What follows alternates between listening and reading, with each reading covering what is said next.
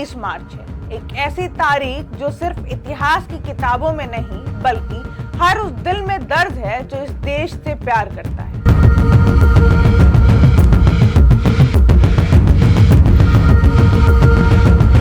नमस्कार, मैं निशिता और आप देख रहे हैं इंडिया दर्शन। आज शहीद दिवस है, वो दिन जब भारत माँ के 3 अमर सपूत भगत सिंह, राजगुरु और सुखदेव हंसते हंसते फांसी के फंदे पर झूल गए।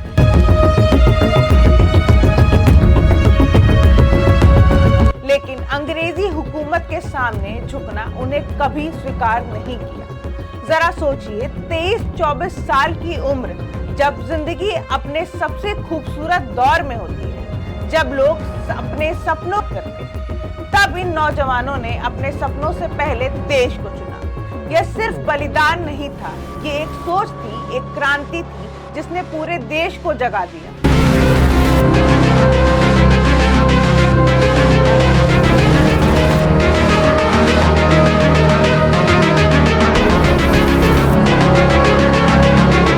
भगत सिंह की आवाज आज भी गूंजती है, इंकलाब जिंदाबाद। ये सिर्फ एक नारा नहीं बल्कि एक ऐसी चेतना थी जिसने गुलामी की नींद में सोए भारत को झकझोर दिया।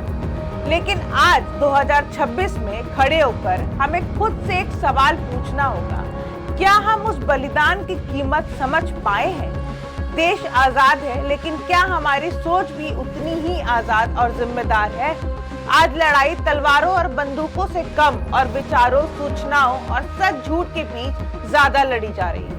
सोशल मीडिया के इस दौर में जहां एक क्लिक में सच भी फैलता है और झूठ भी, वहां देशभक्ति का मतलब और भी बड़ा हो जाता है। क्या हम सच के साथ खड़े हैं या सिर्फ भीड़ का हिस्सा बनकर हर उस चीज को आगे बढ़ा रहे हैं जो हमें दिखाई दी जाती है?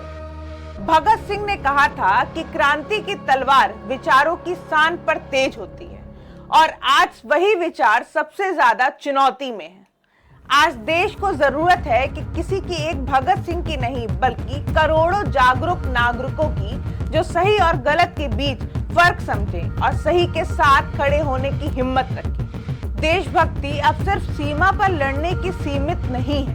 देशभक्ति है अपने काम को ईमानदारी से करना, भ्रष्टाचार के खिलाफ आवाज उठाना, समाज में फैल रही नफरत को रोकना और देश को जोड़ने की कोशिश करना।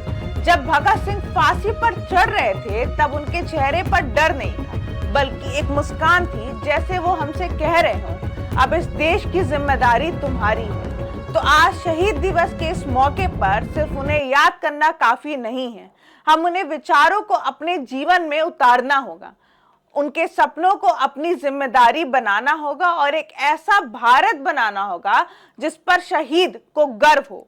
आइए आज हम सब मिलकर ये संकल्प लें कि हम इस आजादी की कीमत समझेंगे, सच के साथ खड़े रहेंगे और अपने देश को और मजबूत बनाएंगे। इंडिया जंक्शन, खबरों का जंक्शन।